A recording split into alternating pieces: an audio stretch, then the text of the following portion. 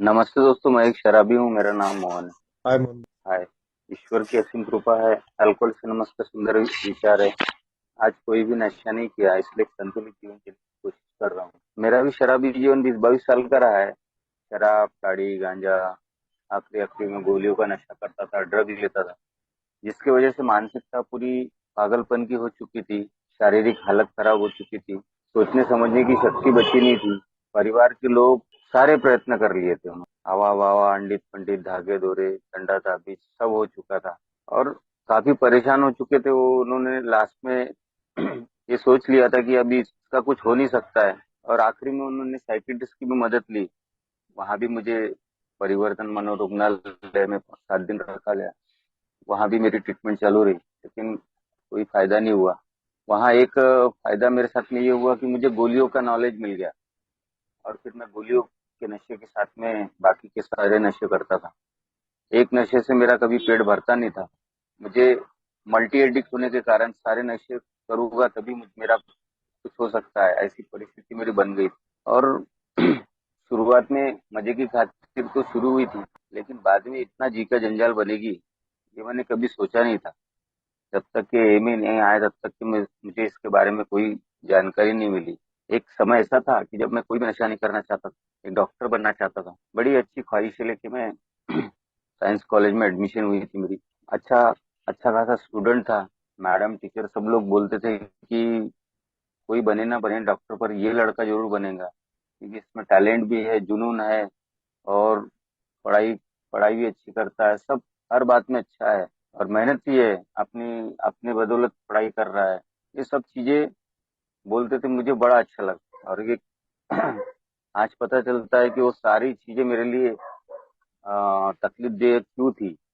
पहले नहीं समझता था। पहले मुझे ऐसा लगता था यार मेरी तारीफ हो रही है, मैं तो बड़ा अलग किस्म का व्यक्ति हूँ और मेरे में सारे गुण हैं। लेकिन वो कुछ ज्यादा दिन नहीं चल पाया कि बाद में यहाँ आने के बाद पता चला मुझे कि मैं मेरा कैरेक्टर ही ऐसा है। ना ही मुझे किसी ने मेरी बुराई की तो वो भी पसंद नहीं मुझे, और ज्यादा अच्छाई हो गई इसलिए मतलब मैं नॉर्मल पर्सनैलिटी नहीं हुई है यहाँ आने के बाद पता चला। वो उस समय का सिचुएशन कुछ इस तरीके से था कि मैं बन सकता था।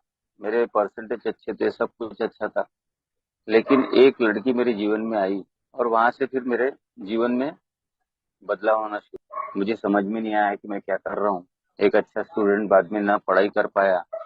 एक ही कॉलेज में मैंने 6 साल पढ़ाई की और कुछ भी नहीं कर पाया। तो 2 साल साइंस पढ़ रहा हूँ, 2 साल कॉमर्स कर रहा हूँ, 2 साल एमसीबीसी इलेक्ट्रॉनिक्स कर रहा हूँ। 6 साल पढ़ने के बाद भी पास नहीं हो पा रहा हूँ। एक अच्छा स्टूडेंट जो हर इसमें बढ़िया था, वो 6 साल पढ़ के 12वीं तक पास नहीं कर पा रहा था। ऐसी क्या परिस्थिति हुई होगी। तब तक मेरे जीवन में पूरी तरीके से नशा नहीं था, लेकिन वहाँ के फ्रेंड सर्कल के द्वारा मेरे को जो थोड़ा थोड़ा प्रमाण में शुभ चमन के खर्रे खाने से लेके तो विमल से लेके तो वहाँ पे धीरे धीरे धीरे मेरे जीवन में शराब आई। और बाकी इतनी रफ्तार से मेरे नशे की दौर चले, मेरे को कुछ समझ में नहीं आया कि मैं नशे का कैसे आदी हो गया। और ये सफर रुका नहीं। फिर मेरा एजुकेशन सब उल्टा सीधा तरीके से होने लगा। कुछ समझ में नहीं आ रहा मैं क्या एजुकेशन कर रहा हूँ, कहाँ पढ़ाई कर रहा हूँ, और कौन से फील्ड में मेरे को जाना है, कहाँ जाना है, कुछ पता नहीं। बस अपने आप से डिग्रियां लेने चालू कर दिया मैंने। डिग्री हासिल कर रहा हूँ, कई डिग्रियों पे पढ़ाई कर रहा हूँ। क्यों कर रहा हूँ पता नहीं, नौकरी करना है वो भी पता नहीं, नौकरी पे लगूंगा ये भी मालूम नहीं। एक समय ऐसा आया कि मैं आईटीआई करके निकला था और फर्स्ट क्लास मेरिट आया था। मैं जॉब ढूंढ रहा था, जॉब मिल नहीं रही थी। सब तरफ एक ऐसा परेड चल रहा था कि वहां पे कोई जॉब नहीं है। और उसी समय में मेरे साथ में मेरी शादी हो गई मेरे परिवार के लोगों ने। पहली मैंने जब रेलवे की एग्जाम दी थी, तो वो एग्जाम में पास आउट हो गया था, तो मुझे लग गया कि अपने को नौकरी लग गई रेलवे की और मेरी शादी पक्की हो गई। आईटीआई मेरा जब कंप्लीट हुआ तो मेरी शादी हो गई। मालूम ही था कि जॉब पे लग जाएगा अगर। लेकिन कुछ नहीं हुआ। ना जॉब लगी, ना कुछ। आ, ढूंढ ढूंढ के थक गया मैं, आखिर कुछ नहीं हो पाया। एमएससीबी में भी मैंने ट्राई किया, एमएससीबी में 2 साल अप्रेंटिस की, वहां भी नहीं लगी। मतलब उस समय ऐसा पीरियड था कि कोई जॉब वैकेंसी ही नहीं थी। जब लोग रिटायर भी हो रहे थे, जगह खाली पड़ी थी लेकिन भर्ती नहीं हो रही थी। ऐसे समय का मेरा पीरियड चला, उस समय नहीं कर पाया। आखिरी में मेरे ससुर जी ऑटो रिक्शा चलाते थे, स्कूल के बच्चे वगैरह थे उनके पास।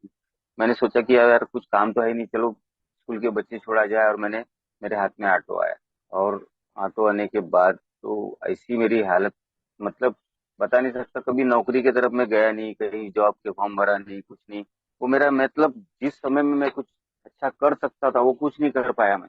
मुझे सिर्फ पैसा दिख रहा था, 700-800 रुपये। उस जमाने में बहुत ज्यादा रकम होती थी, 700-800 रुपये की कमाई दिखती थी। और फिर मुझे वो सर्कल मिलने लगा, वो दारू का, गांजे का, हर चीज सर्कल। ऑटो लाइन में तो आप सब लोगों को पता है, ऑटो लाइन में बहुत जल्दी से वो सर्कल मिल जाता है। और 90-95% लोग वही हाल में रहते हैं। मैं भी उनके संग में लग गया।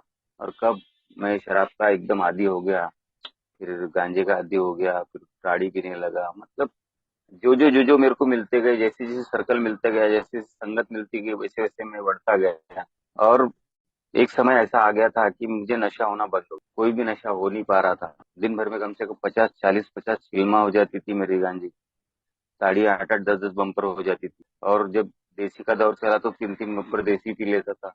नशा ही नहीं होता था। मतलब मेरा माइंड इतना सेट हो चुका था कि मुझे नशा ही नहीं हो रहा, मुझे नशा नहीं हो रहा। मतलब कितना भी मैं गिरूंगा पड़ूंगा, लेकिन मुझे नशा नहीं हो रहा, ये बात मेरे समझ में आ गई। और आखिरी में मैं गिरता पड़ता भी नहीं था, घर भी बराबर जाता था। सवेरे 6 बजे निकलता था मैं, रात को 12 1 1 2 2 बजे तक के घर पहुंचता था। दिन भर कंटिन्यू नशा ही चालू है, सिर्फ नशा नशा नशा, बस बाकी कुछ। अच्छा परिवार था। मम्मी भी गवर्नमेंट सर्वेंट थी, पापा भी गवर्नमेंट सर्वेंट। तो कोई था नहीं ऐसा टेंशन परिवार का कि मुझे खाने में प्रॉब्लम हो जाए, कुछ ऐसा कुछ नहीं था। हालांकि मैं वो सारे हथकंडे कर चुका था जो हमारे इधर बताए जाते हैं। पीतल की गुंडी बेचने से लेके सारे सारे हथकंडे मैंने भी किए। मुझे आज याद आता है वो हर हर वो चीज की। झूठ बोलने से शुरुआत जो बोलते हैं ना, वो सब मेरे साथ में भी घटनाएं घटी। नैतिकता का अधःपतन मेरा भी हुआ है। और आखिरी में मुझे ऐसा लगने लगा था कि मोहन बस बंद कर दो ये सब। तू क्या कौन सी जिंदगी जीना चाहता, तू देख अच्छा डॉक्टर बनना चाहता था, कोई नशा नहीं करना चाहता था। लोगों को ज्ञान देता था मैं कि भाई कोई नशा मत करो। और ये सब चीजें मैं देख रहा था। कई लोगों को मैंने मरते हुए देखा, कई लोगों को ये करते हुए देखा। मैं लोगों को ज्ञान देता था कि यार देख, तंबाकू के खेत में जाके देखो तो एक गधा भी तंबाकू नहीं खाता। और हम इंसान कितने ये है कि हम लोग ये नशा करते वो नशा करते, ऐसा मैं बताता था। बार लाइन में मैंने काम किया, तो मैं बार लाइन में काम करता था और दिन में पढ़ाई करता था। इस तरीके का मैं मेरा वातावरण था फिर। लेकिन मैं कभी नशे के दौर में नहीं। फिर ऐसा क्या हुआ मेरी जिंदगी में, मुझे आज भी समझ में नहीं आता। लेकिन एक बात बार बार मेरे को, जब मैं सोबर हो रहा था तब मेरे को याद आ रही थी कि प्रेम प्रकरण के कारण ही मेरे सारे जिंदगी में वो सब चक्कर हुआ था। लेकिन मैं कभी खुद को माफ कर पा रहा था, ना उसको माफ कर पा रहा था। और ये में आने के बाद जब मैंने इस बात का पता मुझे चला कि मैं एक बीमारी के अंतर्गत आया हूँ, बीमारी मुझे हो चुकी है। ब- बड़ी आसानी से मुझे यहाँ का मैसेज नहीं मिला। तो मैं जिस स्कूल में पढ़ता था, संत अंतोनी स्कूल में पढ़ता था मैं, जहाँ पे आज हमारा उज्जवल समूह है। और जिस क्लास में वहाँ मीटिंग होती है, वहाँ मेरी 5वीं क्लास हुआ करती है। स्कूल में मैं 9 तक के पढ़ा हूँ। और बाबा रेलवे में होने के कारण वहीं पे मेरे क्वार्टर्स हुआ करते थे, पीछे में क्वार्टर्स में रहता था। कई सालों का जीवन गुजर गया, लेकिन मुझे कभी पता नहीं चला कि वहाँ पे एक ही मीटिंग होती है। और सही में कहा जाता है ना, ईश्वर की असीम कृपा होती है तभी AA का मैसेज मिलता है। और वो सही समय पे मिलता है। मुझे ऐसा लगता है कि उस समय अगर मुझे मैसेज मिल जाता तो मैं ये हो जाता वो हो जाता, नहीं ऐसा कुछ। मुझे आज समझ में आता है कि मैसेज मिलने का सही समय वही था जब मुझे मिला। और मुझे मैसेज भी ऐसे चमत्कारिक रीति से मिला। तो मैं पंचर साइकिल लेके रिंग रोड से गुजर रहा था। नशा थोड़ा कम था कमांड में। और एक मेरे दोस्त का गैरेज दिखा मुझे। अब मैं उसके पास में गया, बोला चलो यहाँ से कुछ तो भी हो जाएगा। और उसके बाद जाके मैं बोल रहा हूँ कि भाई यार, और वो वही मित्र है जिसको मैंने शराब पीना सिखाया बचपन में। वो छोटा सा था तब मैं उसको पीना सिखाया। और ईश्वर की कृपा देखो कि जिसको मैंने पहला पैक पीना सिखाया, उस व्यक्ति ने मुझे आखिरी पैक पिलाया। और मुझे अल्कोहलिक्स एनोनिमस का मैसेज मिला। ये चमत्कार आज मेरे को समझ में आता है कि ईश्वर की कितनी बड़ी प्लानिंग होगी। और वो व्यक्ति ने मुझे सिर्फ एक ही सवाल पूछा था, मेरे लिए अट्रैक्शन बना। मैं बोला यार ये व्यक्ति पी क्यों नहीं रहा, मैं तो बोला इतना पीने वाला व्यक्ति। बोले नहीं यार, बोले आज मैं नहीं पीता, बोले अगर तुझे और पीना होगा तो पी सकता है बोले। लेकिन मैं बोला नहीं यार, मैं एक पैक पीता, मेरा प्रॉब्लम दारू नहीं है, मैं बाकी के भी नशे करता, मुझे एक इसमें कुछ होता नहीं। हाँ, पर ठीक है, पर मेरे लिए वो आकर्षण बना। यार ये बंदा पीता नहीं, कुछ नहीं कुछ नहीं। उसने उससे पूछा मैंने कि ऐसा क्या हो गया कि तू पीता नहीं, तो क्या यार आज नहीं पीता, तेरी छोड़ने की इच्छा है क्या? वो जो सवाल था ना उसका, वो कहीं ना कहीं इतना आत्मीयता से अंदर जा रहा था, क्योंकि मैं रोज रात को गिड़गिड़ाता था। रोज रात को घर को जाता था, मैं जब नशे के दौर में रहता था, मैं बोलता था कि भगवान मुझे इन नशों से दूर कर दे या मौत दे दे, मैं ऐसी जिंदगी नहीं जीना चाहता। रोज गिड़गिड़ाता था मैं, कई कई सालों की मेरी प्रार्थनाएं रोज रात को होती थी। लेकिन सवेरे उठ के फिर से वही मेरी दुनिया फिर से वापस आती थी। सोचता था कि नहीं आज ऐसा नहीं करेंगे अपन, एक ही पीने जाएंगे और शाम को एक लेंगे और अपना काम धंधा करके बराबर कर पाएंगे, ऐसी सोच होती थी मेरी। लेकिन एक बार शुरू होने के बाद मैं फिर उसी दुनिया में पड़ा रहता था। सारे लोग आते थे अपना काम धंधा करके चले जाते थे, मैं वहीं बैठा रहता। ये बात मुझे यहाँ पे समझ में आई कि ऐसा मेरे साथ क्यों होता था बीमारी के अंदर। तो मेरे को मैसेज जब मिला तो उसने मुझसे एक ही सवाल पूछा कि भाई तेरी शराब छोड़ने की इच्छा है क्या? और मेरे मन में अंदर तो था कि मुझे छोड़ने की इच्छा है, लेकिन फिर भी मैं उसको ऊपर से ऊपरी तौर पे बोल रहा था कि नहीं यार ऐसा कुछ नहीं है। अपना ऐसा नहीं है, अपन तो सब कर लेते, बोला अपना ज्यादा कुछ है ही नहीं। लेकिन अंदर से आवाज आ रही थी कि अंदर का जो एक मेरी छुपा छुपा हुआ जो मेरे अंदर का एक छोटा सा इंसान था, जो बार बार बोल रहा था मेरे को कि यार तू इस दुनिया से बाहर निकल, इस दुनिया से बाहर निकल। वो कहीं ना कहीं मैंने उसको दबा के रखा था। उस, उसको ताकत नहीं मिल रही थी कि वो एक बार हो तो बोल दे यार मेरी इच्छा है करके। लेकिन वो ताकत जुटी थोड़ी देर के बाद में। मेरे मन से आवाज आई कि हाँ यार आपकी इच्छा तो है, पर ऐसा कुछ हो नहीं रहा है। फिर उसने मुझे बताया कि भाई एक प्रगति नगर में, भगवान नगर में प्रगति नगर में एक साईनाथ महाविद्यालय है। वहाँ पे शाम को 7 बजे आना। आज शाम को वहाँ पे शायद मुझे याद नहीं कि बुधवार था शनिवार था, उस दिन की मीटिंग थी। और उसने मुझे शाम को 7 बजे बोला आने की, और मैं वो पंचर साइकिल लेके घर को गया और शाम को फिर से वही पंचर साइकिल लेके वहां पहुंचा। ये पंचर साइकिल का उदाहरण मैं इसलिए बता रहा हूँ कि मैं पंचर साइकिल लेके इसलिए घूमता था, मैं उसमें हवा की पंचर क्यों नहीं बनाता था, उसका कारण ये था कि मुझे पैदल चलना अच्छा लगता था। और वो इसलिए कि मैं कहीं गिरू ना पड़ू ना, अगर मैं साइकिल चला नहीं सकता था क्योंकि मैं नशा इतना कर लेता था कि मुझे समझ में आया। और वो साइकिल मुझे मेरे सपोर्ट के लिए होती थी, जैसे एक बुजुर्ग व्यक्ति के लिए डंडा होता है, वैसे लिए मेरे लिए वो साइकिल हुआ करती थी। वो साइकिल को पकड़ के वैसे तभी घर पहुंच। तो ये उसकी कहानी थी। मैं वहां पे पहुंचा और पहली बार मैं उस मीटिंग में जाके जब पीछे बैठा, मैं उस समय की बात बताता हूँ कि मेरा शरीर का वजन था 32 किलो। शरीर से गंदी बात, कई दिनों से नहाना नहीं। मुझे तो याद नहीं कि शायद मैंने 30-35 दिनों से नहाया नहीं होगा। और ऐसी परिस्थिति थी, पैरों में चप्पल नहीं, नंगे पैर घूमता था। वो आखिरी आखिरी का स्टेज ऐसा आ गया था। तो मैं वहां पे जाके जब बैठा और शेयरिंग जब चालू थी, जब सब लोग शेयर कर रहे थे, अपने अनुभव शेयर कर रहे थे, मैं वहां वहां बैठे बैठे एक ही मन में विचार आ रहा था कि यार मतलब इतने सारे लोग हैं, कोई शराब नहीं पिया हुआ दिख रहा, सब अच्छे कपड़े पहने हुए, सब स्प्रे मार के दिख रहे हैं सब, और ये अपने आप को शराबी बोल रहे हैं। मेरे लिए वो शब्द चरह एक चमत्कार से कम नहीं था कि यार ये अपने आप को शराबी बोलते जा रहे हैं और कोई तो पिया हुआ दिख नहीं रहा है। मैं खुद अकेला, मैं आइस पिए दिख रहा हूँ, बाकी कोई दिख नहीं रहा है। और मैं वो 1 घंटा बड़ी मुश्किल से बैठ पाया, कुछ समझ नहीं आ रहा था। लेकिन एक बात मुझे वहां पे समझ में आ रही थी कि ये सारे लोग जो है ना वो सच बोल रहे हैं, इनके मुख से सारी बातें सच हो रही, क्योंकि ये सारा सच मेरे साथ में गुजरा हुआ है। ये जो अभी वो अनुभव अपने बता रहे, ये सारे अनुभव मेरे साथ में गुजरे हुए हैं। मैंने अपने परिवार में, अपने खुद के और जो मेरा सर्कल था उसमें देख चुका था। मैं बोला यार ये सच बोल रहे हैं, और ये सच बोलने का डायस है, यहाँ पे सच बोला जाता है। ये बात मुझे पहली बार मेरे दिमाग में मतलब कौन गई।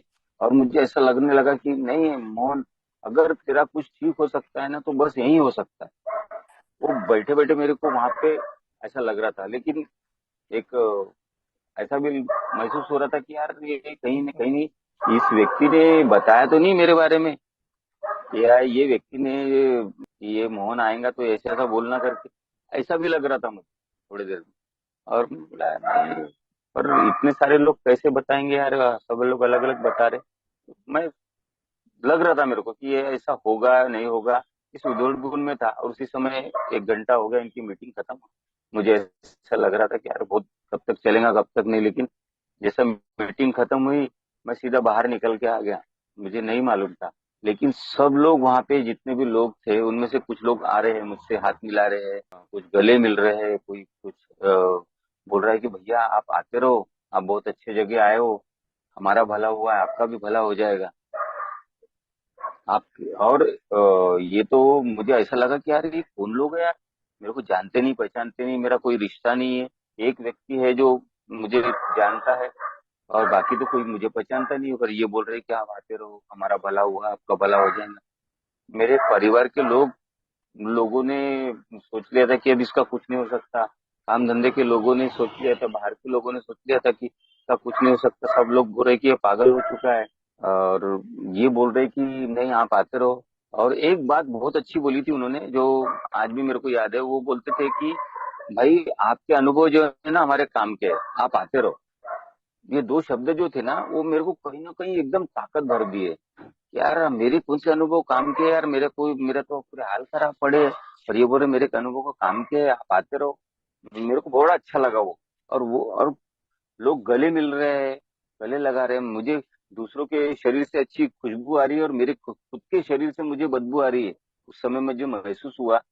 और फिर भी ये गले लगा रहे हैं, इन लोगों ने कुछ ने धिक्कारा नहीं, कोई कोई ऐसा नहीं बोल रहा अरे यार पास आ रही। बाकी के बाहर के लोग तो मुझे भगा दे रहे हैं, और मेरी कोई इज्जत नहीं हो पा रही है। और एक पागल व्यक्ति की क्या इज्जत होगी, मैं वही पागल हूँ। मुझे मैं आपको बताऊंगा आगे में। तो वो क्यों ऐसा मेरे साथ में कर रहा है, मुझे समझ में नहीं आया। लेकिन वो जो प्यार की झपकी थी बोलते हैं ना, सचमुच वो काम कर गई। उन लोग का प्यार मुझे ऐसा महसूस होने लगा कि भाई कोई अगर तेरे को जगह है ना तो यही है। ये सारे लोग तुझसे प्यार करते, तेरे जैसे भावनाओं के लोग हैं, और तेरी भावनाओं को समझ रहे।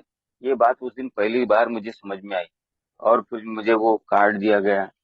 वो कार्ड में सब एड्रेस वगैरह ये लिखा था, वो 20 प्रश्न लिखे थे। मैं घर को गया, मैंने पढ़ा उसको, और सब वो चीजें, और मैंने कहाँ कहाँ ग्रुप है वो सब पढ़ लिया था मैंने। और दूसरे दिन से मैंने फिर मीटिंग स्टार्ट हुई मेरी सवेरे से। 2 3 दिन 4 दिन मस्त मीटिंग हो गई, मैं नशे से दूर हुआ। और 3 दिन के बाद मैं उसी दुनिया में फिर से वापस गया।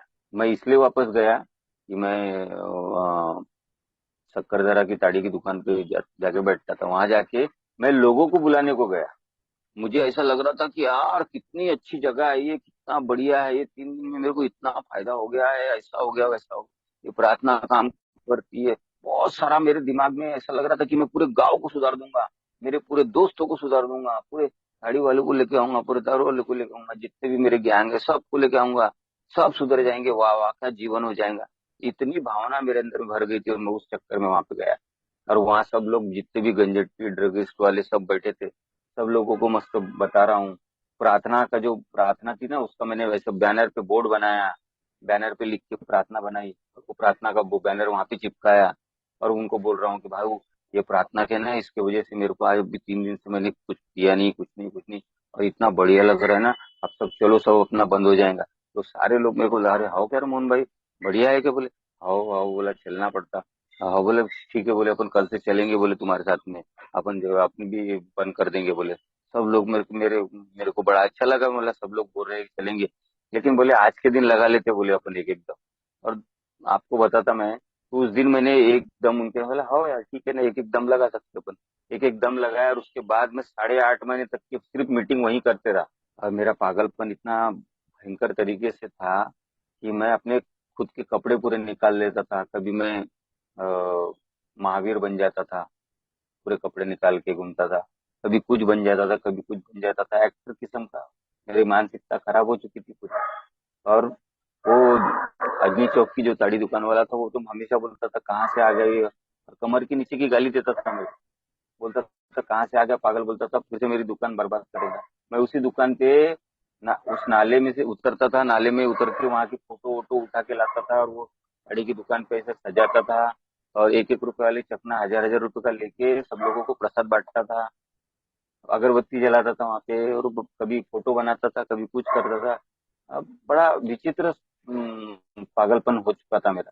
सारे लोगों ने सोच लिया था कि पूरा ये पागल है, पूरा ठीक नहीं हो सकता। थैंक मैं तो आज धन्यवाद मानता हूँ अल्कोहलिक्स एनोनिमस जैसी संस्था का, कि जिसने मुझे, मेरे जैसे पागल व्यक्ति को वापस सुधारा। मुझे तो आज भी नहीं समझ में आता कि मेरे जैसा कोई व्यक्ति यहाँ पे आया होगा जो ठीक हो पाया होगा।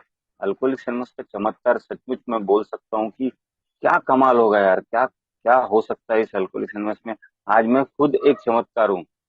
आज मेरे स्पॉन्सर बोलो, जो भी है, वो मेरे को सब हमेशा बोलते कि तू सही में आध्यात्मिक युग का चमत्कार है, बोलते कि इतना मल्टी एडिक्ट पर्सनैलिटी जो जो सचमुच इतना पागल हो चुका है और वो वापस आ सकता है।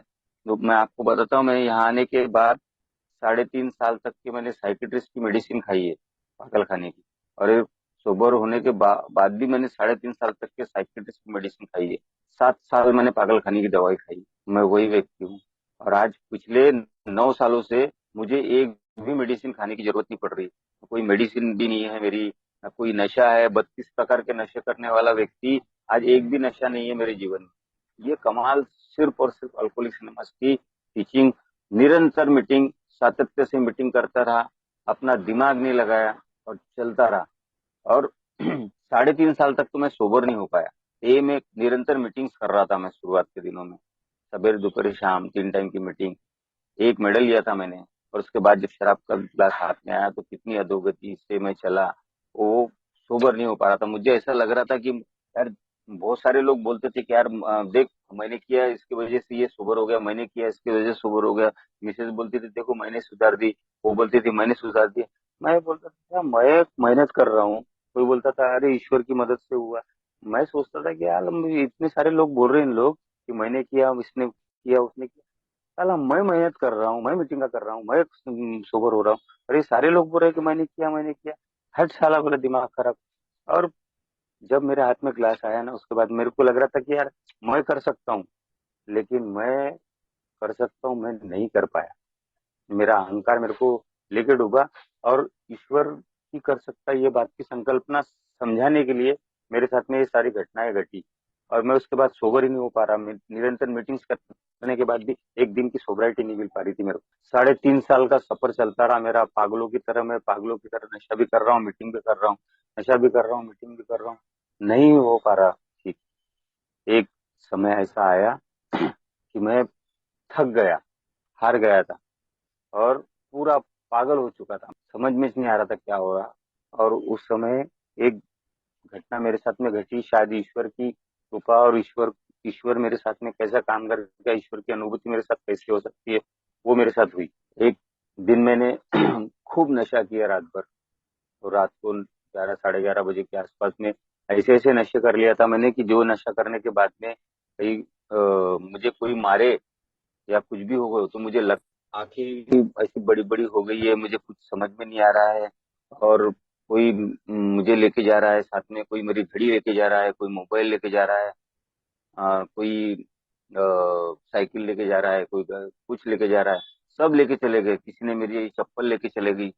मतलब सिर्फ कपड़े बचे थे मेरे, बाकी कुछ बचा नहीं था। और सबसे ज्यादा तकलीफ उस दिन मेरे को एहसास हुई कि नशे की तीव्रता कितनी थी मेरी, कि मेरी तंबाकू चूनापुड़ी लेके गया। उस रात को ओमकार नगर के आसपास का जंगल था वहां पे, और वो ओमकार नगर के जंगल में मैं घूम रहा हूँ। मुझे रिंग रोड दिखाई नहीं दिया। पूरी रात मैं तड़प रहा था। पूरी रात कोई चोर आ रहा है, कोई चोर दिख रहे हैं। एक मंदिर दिखा, दो साधु महात्मा दिखे, अवकाली वो नागा साधु लोग। उनके पास में गया, वो चिलम इतनी बड़ी लेके बैठे थे। उनको बोल रहा कि मैं बहुत नशे से तड़प रहा हूँ, एक चिलम दो। उन्होंने पूरी की पूरी चिलम एक 21 में खाली कर दिया। अघोरी बोलते हैं उनको। 21 में पूरी चिलम खाली। दूसरे के पास गया, उसने भी खाली। वो रात पूरी मैं बिना नशे के ऐसा तड़प रहा था मछली की तरह। जो जिस मछली को पानी नहीं मिलता और वो तड़पती है ना, उस तरीके से मैं रात भर तड़पता रहा। पैरों में चप्पल नहीं, रात पूरा जंगल में। सांप रह सकते, बिच्छू रह सकते थे, कुछ भी रह सकते। मैं पूरा डरा सहमा। कुछ चोर दिख रहे। भयंकर तरीके से मैं पूरा तकलीफ में आ गया था। पूरी रात कट गई मेरी, पूरी रात। मेरा मुझे लगता रिंग रोड वहां से 100 मीटर भी दूरी पे भी नहीं था। लेकिन मुझे रात भर में वो रिंग रोड तक के नहीं पहुंच पाया। और पूरी तकलीफ से निकलने के बाद में जब दिन निकला सवेरे सवेरे, तो एक मुझे पांडेला नजर आया, रिंग रोड नजर आया। और मैं उसके पास में गया, उसको बोला कि भाई मेरे को थोड़ी सी तंबाकू दे दो। तो वो बोले, भाऊ बोले रुक जाओ, बोले 5 मिनट, एक आधी बोई नहीं हो जाती है तो मैं देता हूँ। बोले देता हूँ मैं, मना नहीं किया उसने। मैं वहां पे एक ही प्रार्थना कर रहा हूँ कि प्रभु हमें प्रदान कर समाधान। भगवान किसी भी तरीके से एक आधी गिरायक भेज दे, मेरे को थोड़ी सी तंबाकू मिल जाए, मैं बस इतने तड़प रहा हूँ रात भर, तड़प गया हूँ। और सचमुच प्रार्थना काम करती है मेरे लिए। फटाक से कोई तो भी गिरायक आया, उसने कुछ तो भी सामान लिया, और वो उसने जैसे तंबाकू दिया तो इतनी स्पीड से मेरे पूरे हाथ हल रहे हैं, पूरा शरीर वाइब्रेशन हो रहा है। और मैं उसको कैसे तो भी घुट के जैसे मुंह में डाला तंबाकू, तो मेरे को थोड़ी सी तरतरी आई मेरे शरीर में। फिर थोड़ा सा दिमाग काम करने लगा। मतलब उस रात को ऊपर वाला दिखाना चाहता था मुझे कि कितनी नशे की तू, मतलब हतबल है तू हर चीज के सामने में, कितना सब वो दिखाया मेरे को। और उस दिन सब ईश्वरीय शक्ति काम कर रही थी। उस दिन मेरे ससुर जी उधर कोई स्कूल के बच्चे वगैरह लेने आए होंगे, तो उनको मैं दिखा। उन्होंने मेरे को गाड़ी में बिठाल के घर को लेके गए। मुझे बाद में पता चला कि रात भर मेरे परिवार के लोग इधर उधर सब तरफ ढूंढ रहे थे कि ये आदमी गया है, आया नहीं, कहीं कहीं गाड़ी के एक्सीडेंट में कहीं मरा तो नहीं, कुछ हुआ तो नहीं, ये पुलिस स्टेशन में तो नहीं गया। ने रात भर बेचारे वो पागलों की तरह घूम रहे थे, ढूंढ रहे थे मुझे।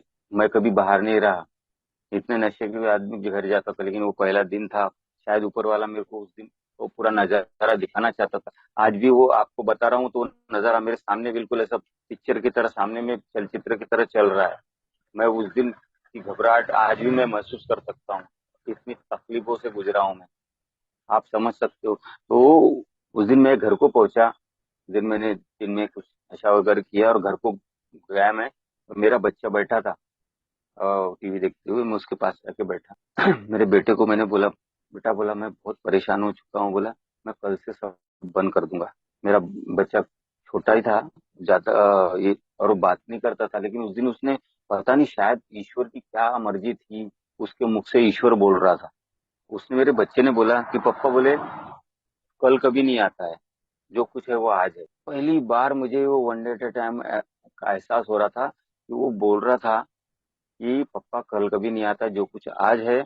और हमारी टीचर बोलती है बोले कि दो नाव में पैर रखोगे तो डूब जाओगे। क्या मालूम भगवान क्या बताना चाहता था, उसके मुख से बोलना चाहता था ईश्वर। मुझे आज एहसास होता है, उस समय भी एहसास हुआ मेरे को। मैं रात भर सो नहीं पाया। मैं रात भर ऐसा पंखे की तरफ देखता था, पंखा नीचे आता था ऊपर जाता था, नीचे आता था ऊपर जाता था। रात भर मैं वो हेलोजिनेशन में था कि पंखा आएगा नीचे, आया आया, कटी कटी कटी कटी, ऐसा ही मैं चिल्लाता था बार बार। रात भर मैं चिल्ला रहा था कि अभी गर्दन कट गई मेरी। और फिर वो पंखा ऊपर जा रहा, नीचे आ रहा, रात भर ऐसा ही चलता रहा मेरे साथ में। और सवेरे जब दिन निकला, मैं रात भर वो दो विचारों को लेके चलता रहा। मेरा बच्चा बोलता था कि पप्पा कल कभी नहीं आता, और दो नाव में पैर रखूंगा डूब जाऊंगी। तो मैं जब विचार मंथन मेरा रात भर चलता रहा, मेरे बात समझ में आई। वो भी एल18 की मीटिंग करता है, मेरी मिसेस एल की मीटिंग करती है, मेरी माँ एल की मीटिंग करती है, मेरा पूरा परिवार मीटिंग करता है। और वो बच्चे की आवाज मेरे को ऐसा भगवान की आवाज जैसे लग रही थी कि ईश्वर मेरे सामने आके बोल रहा है। और उस रात को तकलीफ से गुजरा। और सवेरे जब मैं नई सुबह की मीटिंग में जाकर बैठा, और उस समय पता नहीं ईश्वर सचमुच मेरे साथ में काम कर रहा था।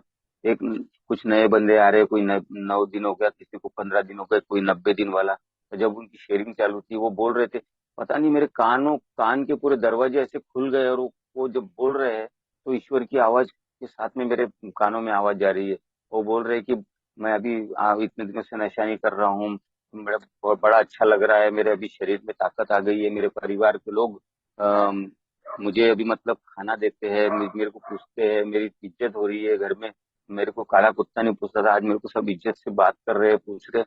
वो जब वो शेरर बोल रहा था ना, मुझे ऐसा लग रहा था कि यार मोहन, कितना वे 10 दिन 15 दिन, एक महीने वाला, 2 महीने वाले, इनके चेहरे पे रौनक देख, ये हंस रहे, मुस्कुरा रहे, खिलखिला रहे। और तेरे चेहरे पे देख, तू 3.5 साल से कंटिन्यू यहाँ मीटिंग कर रहा है और तेरे चेहरे पे 12 बजे हुए। उस वक्त मेरे को समझ में आया कि मोहन, जो कुछ था वो आज, बिल्कुल आज इसी वक्त एक मार दो टुकड़े।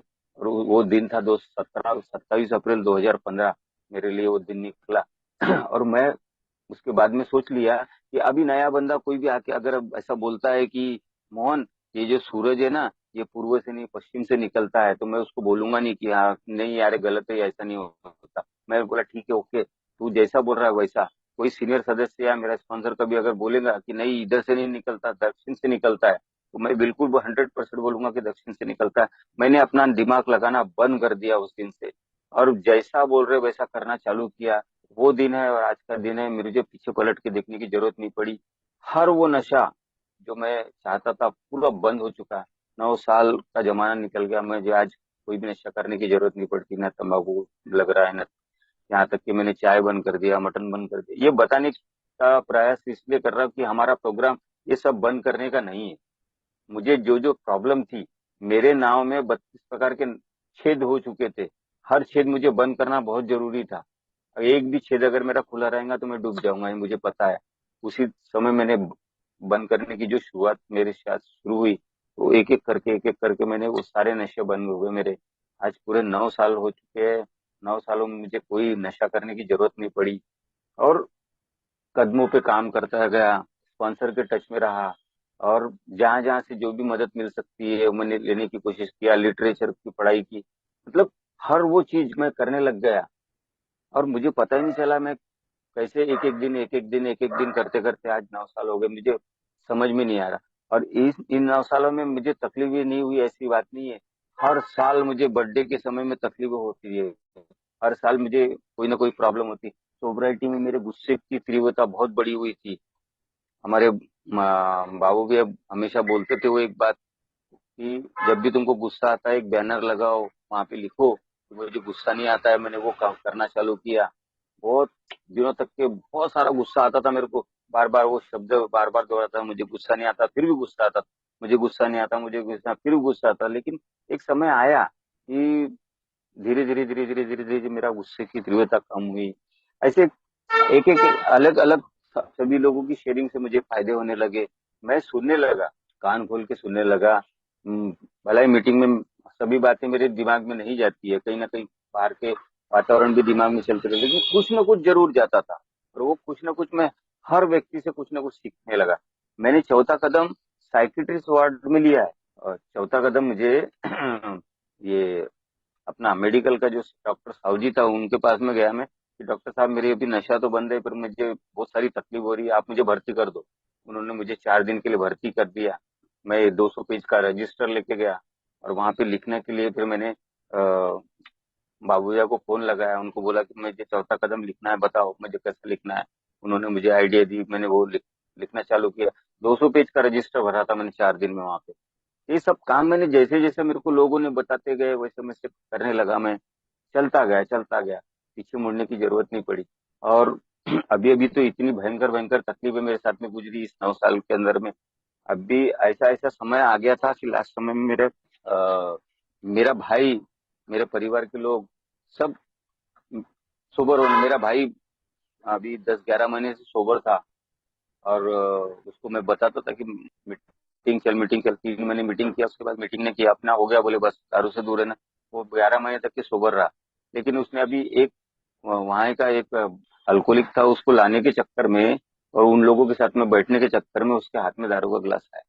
और वो तकलीफ इतनी बढ़ गई थी कि लास्ट में वो मेरे को बोलने लगा था कि तेरा चेहरा देखता ना तो मेरे को गुस्सा आता तेरे ऊपर। मेरे को 58,150 रुपए तेरे ऊपर है बोले, वो मेरे को दे बोले। वो मेरे बड़ी मुश्किल से मैं अपना अभी निकल पा रहा हूँ कई कर्जों से निकल के। अभी कर्जे अभी भी चालू है, लेकिन थोड़े बहुत कम कम का करते करते कम हुआ। मैं बोला कैसे तो भी घर चल रहा है, कैसे तो भी परिवार चल रहा है। छोटा मोटा करके मैं अपनी गृहस्थी को निभा रहा हूँ। बीच में बाबा चले गए कोरोना काल में, अब मैं पूरा अकेला पड़ गया। मैं खर्चा उतना ही था लेकिन आवक मेरी कम हो गई थी, फिर भी चल रहा है। बड़ी जद्दोजहद में मैं चल रहा हूँ। लेकिन भगवान मुझे हर परिस्थिति से बाहर निकाल रहा, मेरी जरूरत पूरी करते जा रहा है। जब जब मुझे जितने की जरूरत है उससे कहीं ज्यादा नहीं देता, वो उतना ही देता था मुझे, तो मेरी जरूरत निकल रही थी। अब ये मेरा बर्थडे के बस बस 10-15 दिन पहले की बात है, ये घटना घट रही मेरे साथ में। भाई बोल रहा है कि वो दारू की दुकान पे जा रहा है, मैं उसको जिद कर रहा हूँ मत मत जा मत जा, तकलीफों से गुजर रहा हूँ। और वो बोल रहा है कि नहीं तेरा चेहरा देखता तो मेरे को गुस्सा आती, बोले तुम। मैं अपने ही घर में आज बताओ, अपने घर में मैं चोरों की तरह जाता हूँ, पीछे के दरवाजे से जा रहा हूँ, वो घर में पी के पड़ा हुआ है। और नवरात्रा का समय चालू था, माँ माताराम हमारी बाहर निकल रही है। माताराम, जिस माँ ने कभी बाहर का रास्ता नहीं देखी, जो गवर्नमेंट सर्विस कर चुकी, वो मेरी माँ नवरात्र के काल में लोगों के घर में भीख मांगने जा रही सामने में कि मुझे रोटी दो, पानी दो कर। मेरे को क्या लगता होगा, मेरे को समझ में नहीं आता था। और थोड़ी देर मैं इतने तक ये आ गया था कि अभी क्या परिस्थिति में आऊं। मेरी मिसेस सेलन उनकी मेंबर है, उसने उसने मेरे को संभाली। उसने बोली कि वो तुम चुपचाप रहो, बोले तुम अंदर चलो। मेरे को अंदर लेके जाती थी, मैं पीछे के दरवाजे से मैं खाना खा रहा हूँ, खाना ला के देती थी, मैं खाना खा रहा हूँ। बोला ऐसे क्या? और बोले उनको करने दो। मेरी माँ नवरा हमारे घर में घर बैठते न पिछले कई सालों से मैं मेरे पैदा होने के पहले, आज में 51 साल की उम्र है, उसके पहले से हमारे यहाँ पे नवरात्र के घट चलते थे। लेकिन उस घट में उसको तकलीफ हो रही थी। घर में भाई उसी बिस्तर में मूत मात के पड़ा हुआ है 11 महीने से, के बाद में 8 15 दिन से। वो उसका शरीर, वो सब वातावरण, घर में नवरात्रा के घट घट चल रहे हैं, वो उसको तकलीफ होती थी बार बार। वो बेचारी वहां पे जा रही है, मेरे को समझ में नहीं आ रहा मैं क्या करूं।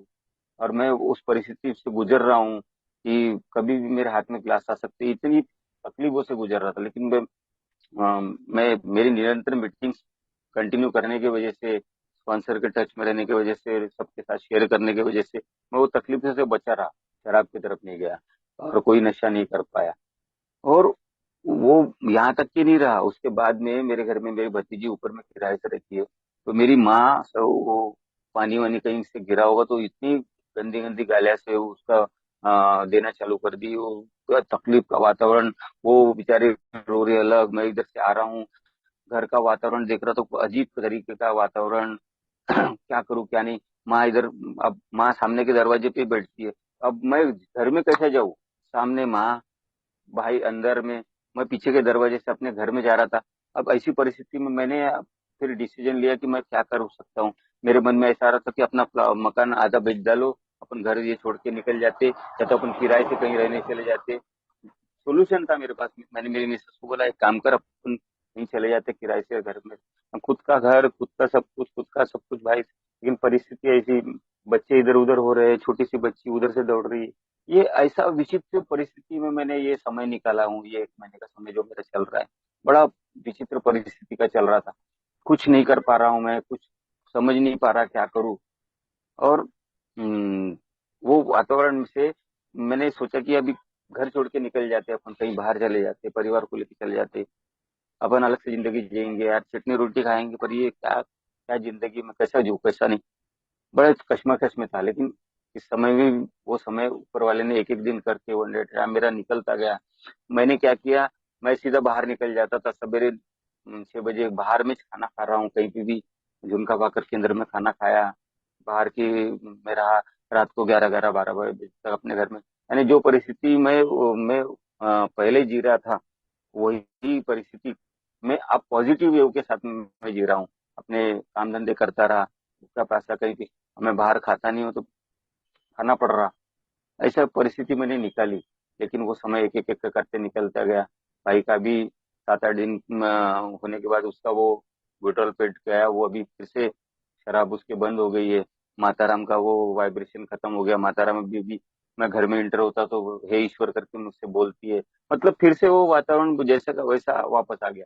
इन परिस्थितियों में मेरे हाथ में कभी भी शराब आ सकती, लेकिन एक ही टीचिंग मेरे साथ में काम करते गई।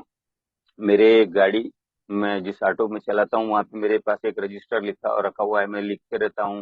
मेरे पास में लिटरेचर पढ़े रहते, किताब पढ़ते रहता हूँ। और अपने आप को ठीक मैं नहीं कर सकता हूँ, मुझे पता है। मेरी तकलीफों से निकलने के लिए 100 टाइम ईश्वर मेरी मदद करता है।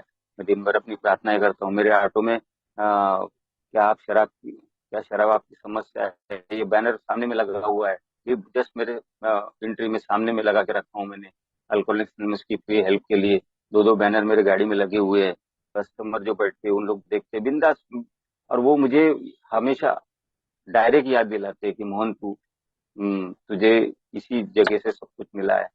अभी मैं जस्ट पढ़ रहा था वो बिग बुक में, तो इतने सारे ग्रेटिट्यूड है उन लोगों के। जब डॉक्टर बॉब बिल्डर तो वो ने जो बिल बिल डी वगैरह थे, वो उन लोगों ने जिन, तो एक वकील था, लड़का था, उन लोगों कितनी तकलीफों का सामना करके उन्होंने इस मीटिंग को खड़ा किया।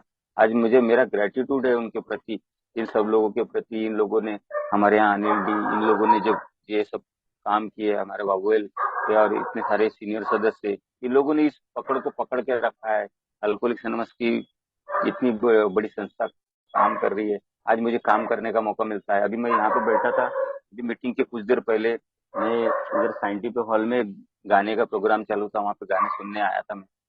और वहां पे मुझे एक मैसेज आया, एक मेरा स्कूल का बच्चा है, उसके कोई पेरेंट्स है, उन्होंने बोला अगर मोहन भाऊ बोले तुम्हारा कोई पहचान का है क्या, बोले शराब की समस्या वाला। तो मैंने उसको तुरंत नंबर वगैरह दिया, सब कुछ बातचीत किया। तो वो बोलने लगा कि एक ऐसा व्यक्ति है बोले कि जिसको आयुर्वेदिक की दवाई लिया बोले उसने, और उसके ऊपर दारू पी लिया तो उसको एकदम अटैक आया जैसा हो गया बोले, और वो दवाखाने में एडमिट है, उसको डॉक्टर बोल रहा है उसका ऑपरेशन करना पड़ेगा। वो मुझसे पूछ रहा था आयुर्वेद, मैं बोला हमारा दवाई का तो कार्यक्रम नहीं है, लेकिन अगर वो जब ठीक हो जाएगा तो आप उसको उनसे मिला दो। मैं यानी मतलब इतना सब करने के बाद वो कैरिंग द मैसेज का काम हो रहा है। और वो उसको बोला कि भाई आप उसको मीटिंग, अब दरवाजा बाद में हम दिखाएंगे, पर उसको अभी ठीक होने दो, डॉक्टर जैसा बोलता वैसा करो। आप ये मत सोचो कि आयुर्वेदिक दवाई से हुआ ना फलाना वो ढिकाना हो उसकी, अभी वो जो जैसा डॉक्टर बोलता वैसा करो, क्योंकि उसके पास चारा नहीं है। तो ये सब तकलीफ जब मैं देखता हूँ, दूसरे का अनुभव सुनता हूँ, तो मेरे ये हो जाते कि भगवान ने मुझे कैसे कैसी परिस्थितियों से वापस जिंदा रखा है। मैं तो इससे भयंकर भयंकर कंडीशन से निकला हूँ बाहर। तो आज मैं ग्रेटिट्यूड देता हूँ, भगवान का धन्यवाद करता हूँ, दिन भर में फेलोशिप से जुड़ा रहता हूँ। आज भी मेरे साथ में ऐसे 4 लोग, क्योंकि फेलोशिप इस साल पता नहीं ईश्वर को पता था कि ये साल मेरे साथ में बहुत सारी घटनाएं घटने वाली है, इसलिए ऊपर वाले ने मेरे साथ में ऐसे 4-5 लोगों को जोड़ के रखा। अभी सवेरे मेरे घर के बाजू में ही योगा मंडल चलता है। इस साल तो मैं बहुत तकलीफों से गुजरा हूँ। अभी समय है ना अपने हमारे पास है तो मैं बहुत बीमार पड़ गया था, मेरे शरीर के पूरी हालत खराब हो चुकी थी, मेरे को मेरी लैट्रिन बंद हो गई थी, 8-8 10 दिन तक खाना बंद हो गया, मेरा लैट्रिन बंद हो गई, सब पूरी तकलीफ में आ गया था। मैं क्या करूँ क्या नहीं। डॉक्टर्स मेरे कई डॉक्टर्स सोनोग्राफी करो, ये करो वो करो, कई मेडिसिन दे दिए, कुछ फायदा नहीं हो रहा था, लैट्रिन होना बंद हो गई थी। मतलब क्या करूँ समझ में नहीं आ रहा था।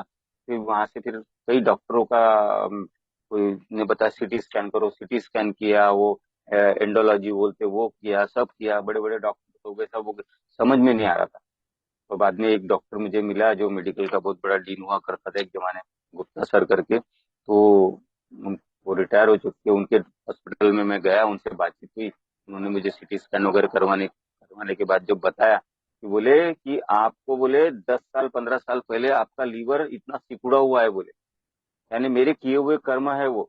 मैं बोला सर मैं तो अभी आप पिछले 9-10 सालों से तो पी नहीं रहा हूँ। नहीं बोले ये अभी का नहीं है बोले, तुम्हारा सब 10 साल पुराना है बोले, वो लीवर तुम्हारा सिकुड़ा हुआ है तुम्हारा। उन्होंने पूरा ब्लड टेस्ट करवा दिया, पूरे बॉडी के ब्लड टेस्ट हो गए मेरे। तो वो बोले कि आपका लीवर सिकुड़ा हुआ है, आपका हीमोग्लोबिन कम पड़ा हुआ है, आपका थायराइड ग्लैंड बढ़ा हुआ है, ये सब ठीक होने के लिए समय लगेगा, लेकिन आपको मैं अभी थायराइड की नहीं देता हूँ, आप थोड़ा सा ये लीवर के लिए थोड़ा सा, उन्होंने लीवर के कुछ थोड़े से मेडिसिन वगैरह दिए मुझे, जिसकी वजह से थोड़ी सी ताकत आएगी करके। और उसी समय मुझे समझ में आया कि मोहन अगर तेरे को ठीक होना है तो मेडिसिन फेडिसिन का तो तेरा कुछ नहीं है, तू योग से ठीक हो सकता, तू योगी व्यक्ति है। तो मैंने योग ज्वाइन कर लिया, वो मंदिर में जाके वहाँ पे सीनियर बाबूजी लोग हैं उनके ज्वाइन किया। पिछले मेरे मुझे लगता है 6-7-8 महीने से मैं कंटिन्यू योगा कर रहा हूँ, जिसकी वजह से मेरा शरीर पूरा सुधर चुका है, मेरा लीवर बढ़िया हो गया, मेरा थायराइड अच्छा हो गया, सब सब पूरा शरीर फिर से वापस फिट हो गया है, सब सब ठीक हो गया है। और साथ ही साथ मैं ये शेयर जब करने लगा तो मेरे साथ में कुछ ए मेंबर्स जुड़ गए, हरीश जी, निशांत, दत्ता भाऊ, और ऐसे कुणाल, ऐसे 4-5 लोग मेरे साथ में योगा सवेरे आते हैं, मैं उनको उठाता हूँ रोज 4:30 बजे से 5 बजे से। और ये काम में मैं जब लग गया मुझे पता ही नहीं चला कि मेरे दिन कैसे जा रहे। सवेरे योग करके निकलता हूँ, सवेरे की मीटिंग तो हम लोग सब जन मिलते हैं, फेलोशिप रहती है, शाम की फेलोशिप में हमको कहाँ जाना है मीटिंग, हम चारों पांचों जन एक मिनट से बातें करके फिर से मीटिंग को पहुंच जाते हैं। कभी कोई इधर की मीटिंग कर, कभी उधर की मीटिंग, मतलब जुड़ गया मैं सवेरे योग के साथ में, सवेरे मीटिंग के साथ में। ये इस साल में शायद ऊपर वाले को मालूम था कि इसको बहुत तकलीफ होने वाली है, और इन लोगों ने मुझे पकड़ के रखा, छोड़ा नहीं, इन 4 लोगों ने, नहीं तो मेरी कभी भी वाट लग सकती थी। तो ये चारों ने मुझे जकड़ के रखा, मतलब भगवान की कैसे करिश्मे चलते हैं मुझे आज भी समझ में आता है। कभी कभी तो मैं रो पड़ता हूँ, यार मुझे अगर छोटी सी जरूरत होती ना तो उतनी जरूरत ऊपर वाले बराबर पूरी करता है। कैसे कैसे करता है मुझे पता नहीं। एक व्यक्ति जिसके, आज आप सोच सकते हो कि ऑटो वाले की कमाई क्या होगी, लेकिन मेरे घर का खर्चा मेरे को मालूम था कि मेरा घर का खर्चा कितना है। मेरे आवक से कई 3 पट ज्यादा, 4 पट है। लेकिन कैसा कर रहा है यार। मैं ही कमाने वाला, मैं ही कुछ परिवार संभालना है, बच्चों की पढ़ाई चालू है, बच्चों का एजुकेशन चालू है, हाई लेवल पे पढ़ाई कर रहे, कैसा होगा। लेकिन ऊपर वाला कैसा कर रहा है कोई, आज भी मुझे समझ में नहीं आता। कोरोना काल में जब मैं बाबूजी चले गए थे उस समय मेरा परिवार का मैंने जब निकाला था तो 51-52 हजार रुपये मेरे घर का खर्चा था। मेरे बाबूजी का 30 हजार पेंशन था, मैं 20-22 हजार रुपये कमाता था। लेकिन कोरोना काल में सब बंद था, मेरे काम बंद, बाबूजी भी गुजर गए, पेंशन बंद हो गई, सब बंद हो गई। 1 रुपए की आवक नहीं, और 51-52 हजार का खर्चा कैसा होता होगा मेरे को आज भी समझ में नहीं आता उस समय कैसा मेरा वो होगा। किसी से कुछ करने की जरूरत नहीं पड़ी, बच्चों का एजुकेशन भी नहीं रुका, सब होते गया। मैंने सिर्फ एक ही काम किया।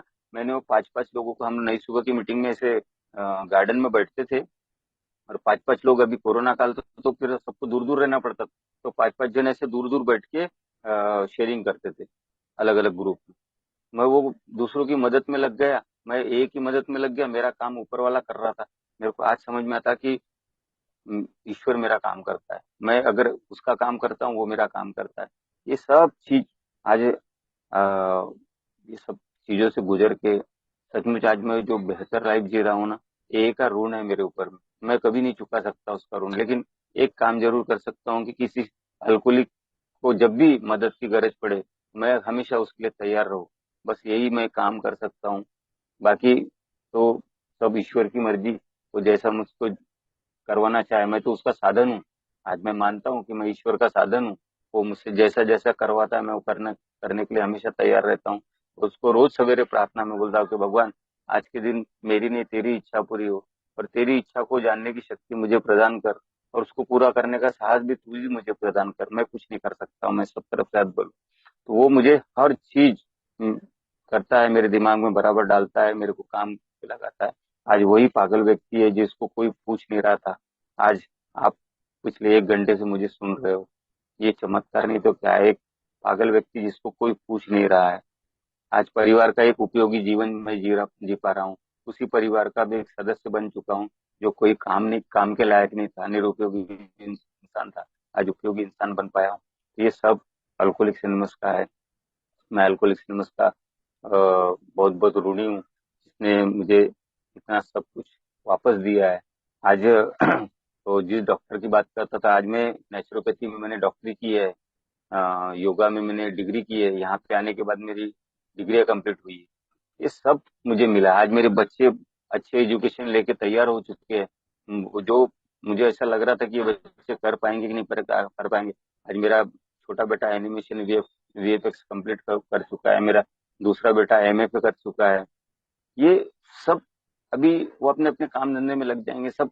ये सब ऊपर वाले ने दिया है मुझे, वो कभी गए नहीं, किसी ने बच्चे ने मुझे कभी कभी कभी तकलीफ नहीं दिया, कुछ मांगा नहीं। उस ये सब कहाँ से मिला है दोस्त, ये सब ए से मिला है। मैं ए के साथ में जुड़ा हूँ। आज उनको पता है कि मेरे पापा कहाँ जाते हैं, मेरे पापा क्या करते हैं, वो सब हमारे साथ में लगे रहते हैं। मेरी मिसेस कंटिन्यू निरंतर ए की मीटिंग्स करती है, एलान की मीटिंग करती है, वो भी जुनून के साथ, क्योंकि उसने शुरुआत के दिनों में मैं उसको मीटिंग में लेके जाता था, बाद में वो मेरे को मीटिंग में लेके जाती थी, कभी मेरी माँ मेरे को मीटिंग में लेके जाती थी, कभी मैं माँ को मीटिंग में लेके जाता था। आज भी मेरी माँ जैसा दरवाजे पे इंटर होता तो बोलती हे ईश्वर, मतलब उसको वो हमेशा एक ही इतनी ऋणी है, वो बोलती है हमेशा कि मेरे को ईश्वर, ये हमारे मीटिंग के ईश्वर ने ही मेरे को मेरी नौकरी बचाई, मेरे ईश्वर ने ही मेरे बच्चे को बचाया। ईश्वर यानी कितना ग्रेटिट्यूड है यार। आज सचमुच में होता था भगवान को मैंने देखा नहीं, लेकिन मैंने ए में हर व्यक्ति को मैंने के रूप में मैं भगवान को देखता हूँ। हर वो व्यक्ति जो मेरी मदद करने के लिए आज भी तैयार रहता है, वो मेरे भगवान से कम नहीं है। मैंने भगवान को भलाई में नहीं दे सकता, लेकिन आप लोगों के माध्यम से मुझे रोज उसकी प्रचिति होती है, रोज मैं अ, उससे मुलाकात होती है, रोज उससे बात होती है। ऐसा जीवन शायद ही मैं कभी जी सकता था। बाहर बाहर की दुनिया में रहता, अगर नशे से दूर भी हो जाता तो मैं ऐसे जीवन नहीं जी सकता था।